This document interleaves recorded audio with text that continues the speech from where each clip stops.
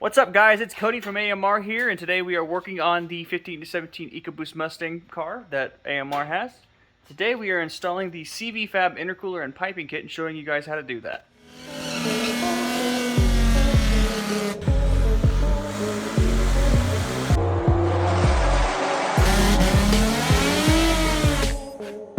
First step, obviously, is to remove your front bumper, which you've already done, so I'm going to go ahead and include a clip of how to do that. Okay guys, as you can see, we've already had this bumper off. I'm going to go over with you real quick. We do have another video of us taking bumpers off S550s, but what you're going to want to do is you're going to want to get the car up on a lift or put it up on jack stands, and underneath there's a skid plate. You're going to take out the 7 and 8 millimeter bolts.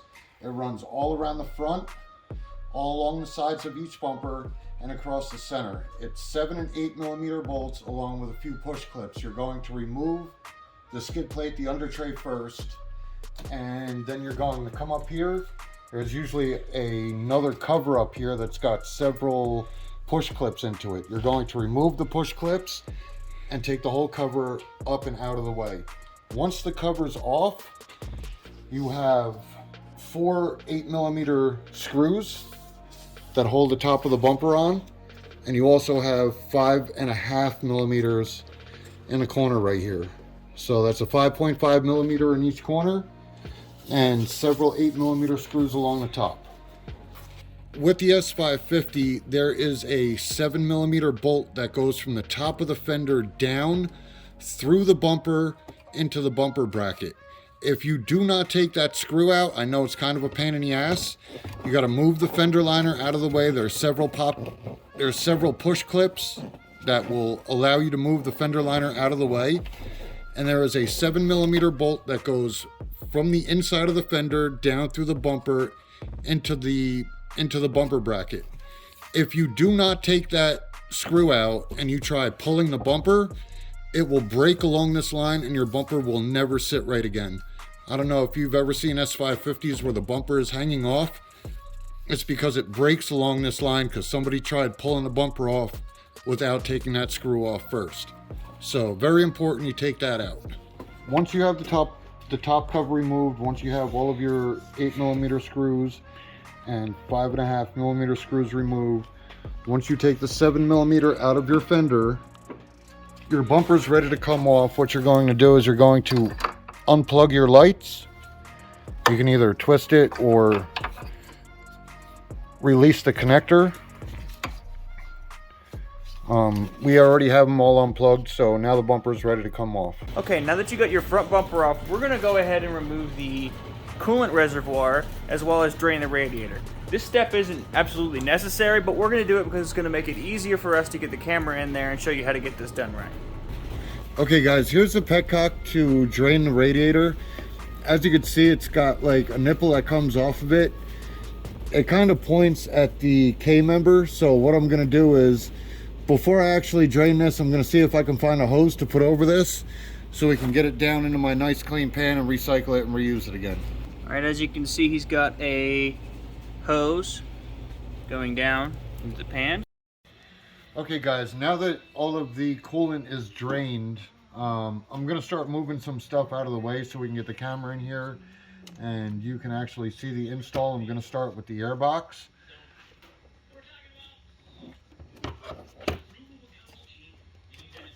So unplug any sensors. There's a 10 millimeter right here that we're going to pull out. Loosen up any hose clamps. And we're going to take this air box out of the way. If you look down here, you'll notice it goes into that other scoop. You got to pull it back and out. And actually I just saw that there's another connection right there.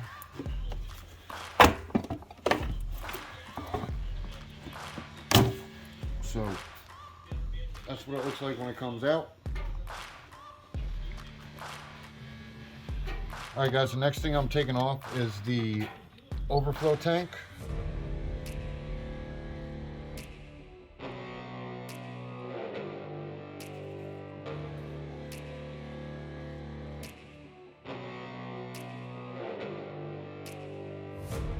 thing I'm going to remove is this turbo intake duct. So we'll pull our blow-off valve hose off. You see there's a typical Ford fitting. You just got to push it to unlock it.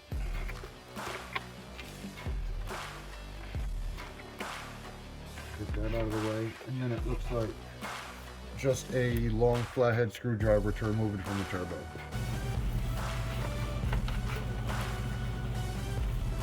Alright guys, now that we got that out of the way, we're going to go ahead and remove this fan shroud. Probably, again, not necessary, but for the sake of the video, to get a better angle, we're going to go ahead and take it out.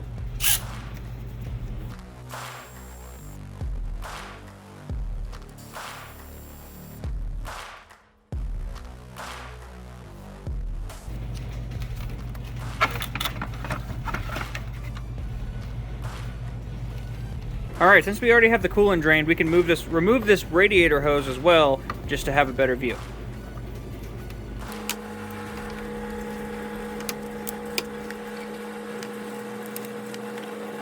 Okay, we're just going to free up the harness from the blow-off valve. And we're going to start taking this charge pipe off. So the next step to remove this pipe here, you have 2 worm gear clamps here and 2 worm gear clamps here. We're going to take those off and pull this pipe out. Okay guys, we're going to be removing all of these vanes in the ductwork to make room for our CV Fab intercooler. We're eventually going over to a cold air intake, which means all of this ductwork is pointless. So we're going to take all that stuff out now.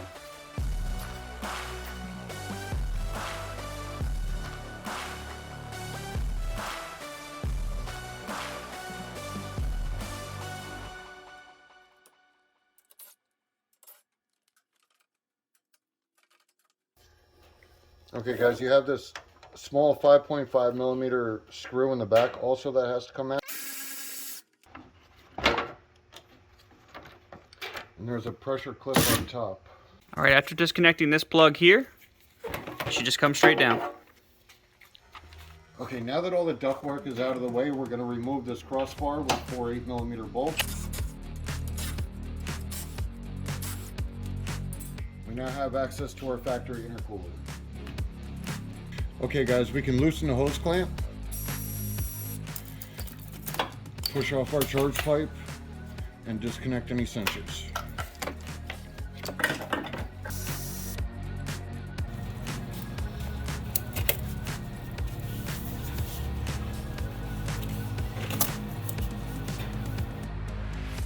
Now we can remove the factory intercooler.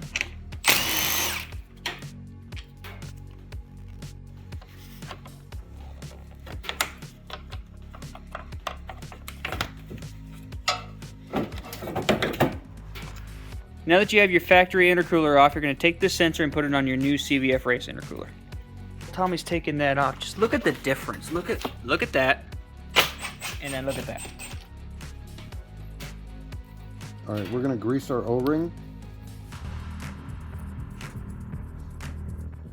and install the sensor in our CV Fab intercooler with the kit supplied hardware.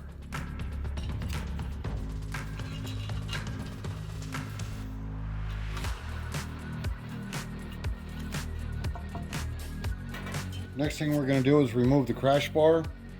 It's got 4 13mm On each on side. each side.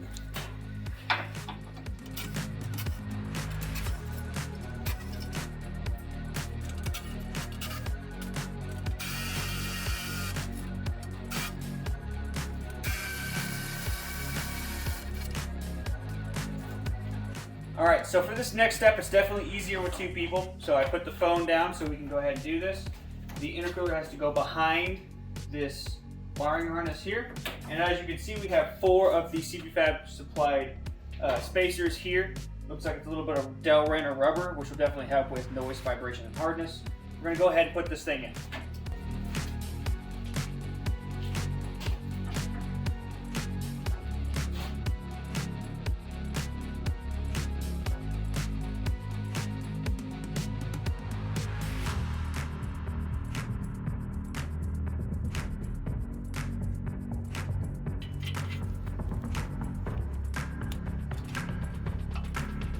Now that our intercooler's in, we left everything loose, so we have some adjustments from side to side. The next thing we're going to have to do is take out the 13mm bolts that line up with the corresponding studs on the intercooler. Okay guys, I had a little bit of a problem putting these brackets on. So what I did was I removed the upper radiator support brackets to give myself a little bit more room on the inside here. So once I did that, I was able to get the brackets on, get the bolts started. I'm going to tighten them down now and then put the radiator back in place. Okay guys, so we tried several different combinations of the CV Fab hardware. We had the spacer behind the intercooler, we had the spacer in front of the intercooler. I'm just gonna go with the factory hardware because that seems right to me. So whichever way works out best for you, you want to make sure that your intercooler is nice and straight. All right, now to the charge pipes and other intercooler piping. It's much easier to show that just on the car than installing it because you all know how to put a pipe in a coupler. We don't need to show you that. So here's how it looks when it's done. You have your curved pipe going off of the turbo into a long coupler. There's a step-down coupler that goes here. And on the driver's side, you have a straight coupler into a 45 here. And try to make that point this way. That's how you know it's going to fit the best. We're going to go ahead and make sure all of these are nice and tight. Then we're going to move on to our blow-off valve piping, because this is an aftermarket blow-off valve, not the factory one. Since we already have it up and everything, we're going to go ahead and put the crash bar back on. You don't need that anymore. You don't need it to be off anymore, rather. So let's go ahead and put that back on, put the wiring harness, connect it to the back of it again. And that way we don't have to worry about doing that later.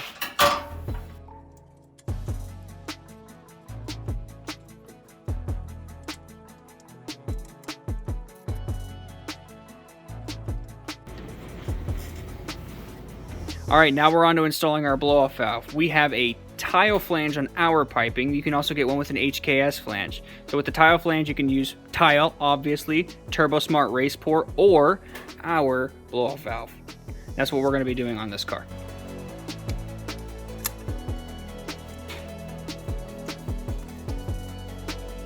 Okay guys, the next thing we're going to do is run vacuum for our blow-off valve. We're going to start by removing this cover. It's two 10mm nuts and two 8mm bolts.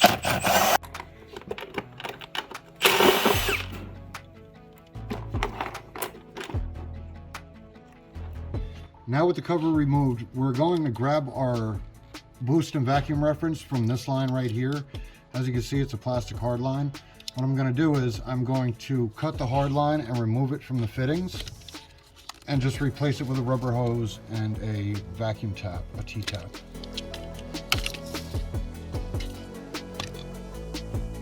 All right, so there we go. We have removed the hard line here, and we have 3/8 hose that we have now split in half. We're going to put a T-tap in there. We'll show you that now.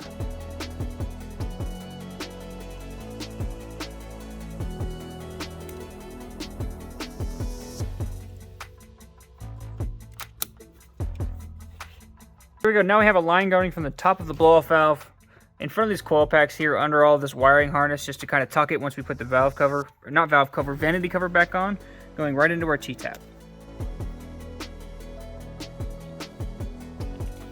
There you go.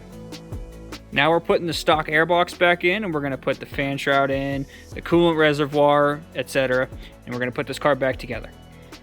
All right, now as you notice, the recirc valve went right here. So now we're going to have to cap this off.